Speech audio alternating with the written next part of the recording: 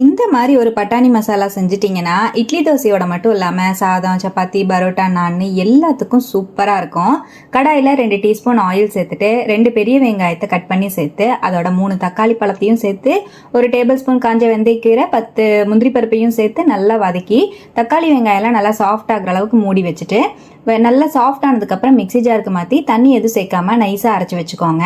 குக்கரில் 1 table spoon oil சேர்த்துட்டு பட்டை, கிராம்பு, ஏலக்காய், பிரியாணி இலை, அன்னாச்சி பூ, 1 பெரிய வெங்காயத்தை சேர்த்து நல்லா வதக்கிக்கோங்க. வெங்காயம் நல்லா கோல்டன் ப்ரௌன் கலர் வந்ததுக்கப்புறம் 1 டேபிள் ஸ்பூன் இஞ்சி பூண்டு பேஸ்ட்டையும் சேர்த்து 1 டேபிள் ஸ்பூன் கொத்தமல்லி தூள், 1/2 டேபிள் ஸ்பூன் மிளகாய் பொடி, 1 டீஸ்பூன் கரம் மசாலா பொடி, 1/2 டீஸ்பூன் மஞ்சள் பொடி சேர்த்து நல்லா மிக்ஸ் பண்ணி அரைச்சி வச்சிருக்கிற மசாலாவையும் சேர்த்து நல்லா கலந்து விட்டுக்கோங்க. மீடியம் ஃப்ளேம்லயே ஒரு 2 நிமிஷம் கலந்ததுக்கு அப்புறமா 200 கிராம் ஊற வச்சிருக்கிற பட்டாணியையும் சேர்த்து நல்லா கலந்துட்டு 2 கப் அளவுக்கு தண்ணி சேர்த்து நல்லா மிக்ஸ் பண்ணி விட்டுட்டு 1 டீஸ்பூன் கல்லுப்பையும் சேர்த்து நல்லா கலந்து விட்டுட்டு 1 டேபிள் ஸ்பூன் காஞ்ச வெந்தயக்கீரை, 1/2 கப் அளவுக்கு காய்ச்சி ஆற வச்ச பாலையும் சேர்த்து 1 டீஸ்பூன் சர்க்கரை தேவைப்பட்டா சேர்த்துக்கோங்க, டேஸ்ட்டுக்காக தான். நல்லா மிக்ஸ் பண்ணி குக்கர் மூடி போட்டு 3ல இருந்து 4 விசில் விட்டு இறக்கிக்கோங்க. அவ்வளவுதான், ரெஸ்டாரண்ட் ஸ்டைல்ல சூப்பரான பட்டாணி மசாலா செம்மையா ரெடியா இருக்கும். கடைசியா மல்லித்தலையை தூவிட்டு சாதம், சப்பாத்தி, பூரி, இட்லி, தோசை, நான், புலாவ் வெரைட்டிஸோடலாம் வச்சு சாப்பிடுங்க. அல்டிமேட்டா இருக்கும். ட்ரை பண்ணிட்டு எப்படி வந்ததுன்னு கமெண்ட்ல ஷேர் பண்ணிட்டு நம்ம பேஜை ஃபாலோ பண்ணிக்கோங்க. தேங்க்யூ.